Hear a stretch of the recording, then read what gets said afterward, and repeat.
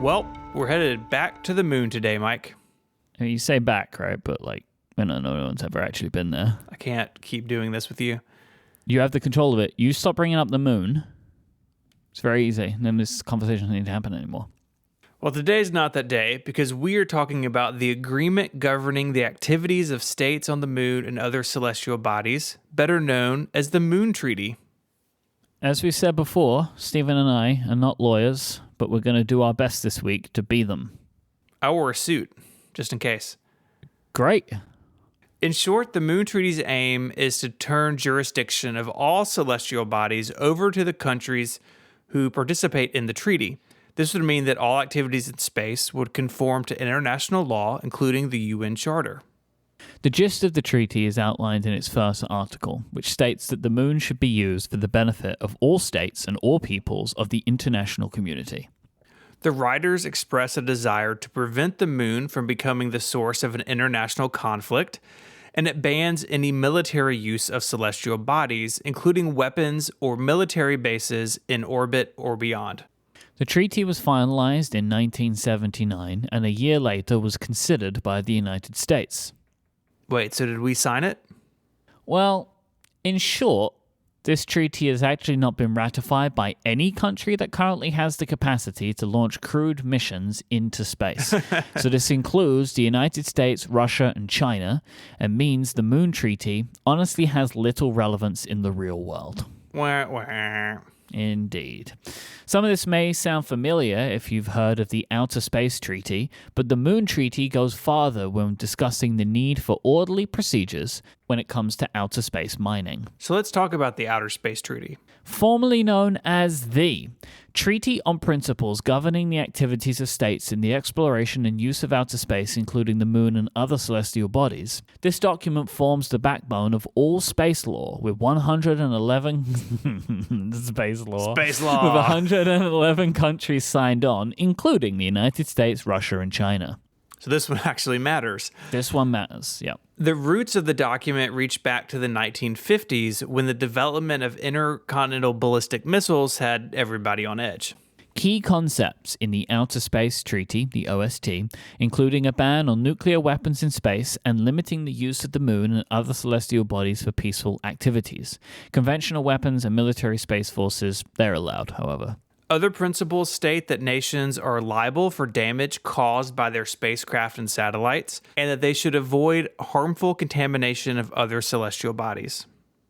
Likewise, nations are forbidden to claim territory on the moon or beyond as its own. However, spacecraft and space stations are under the jurisdiction of their home nation.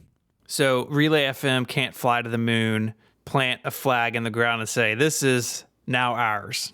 But we could fly a really big spaceship and land it on the moon and say, "This is ours." That's might be right. touching the ground, but this is ours. Critics of this document state that its Cold War roots mean that the Outer Space Treaty is unable to fully address modern issues such as lunar and asteroid mining.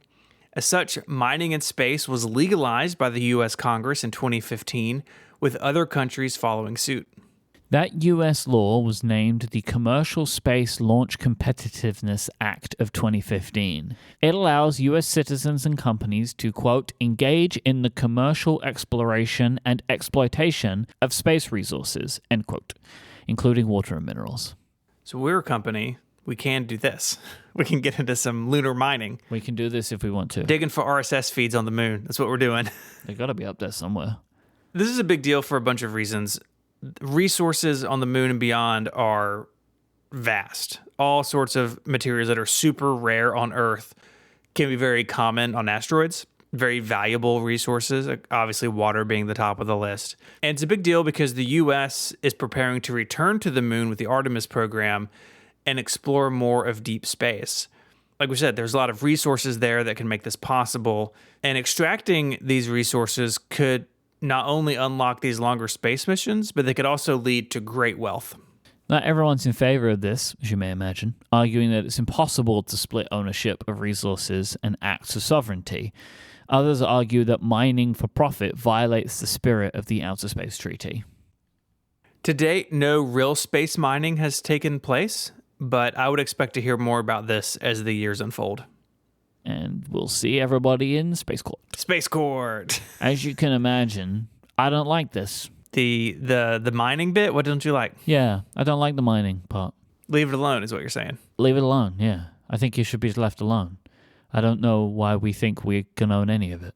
If you want to read more about all of this, we have some links over in the show notes at relay.fm/ungenius/154. I'd like to thank Trey for sending in these topics. If you have your own favorite topic on Wikipedia, get in touch, send it to us, and it'll go on the list. You can do that via email on the website, or you can do it on Twitter. The show is at Ungeniused, and you can follow us there. Mike is IMYKE, and you can follow me there as ISMH. And next time we suit up for Moon Court, Mike, say goodbye. All right. Bye.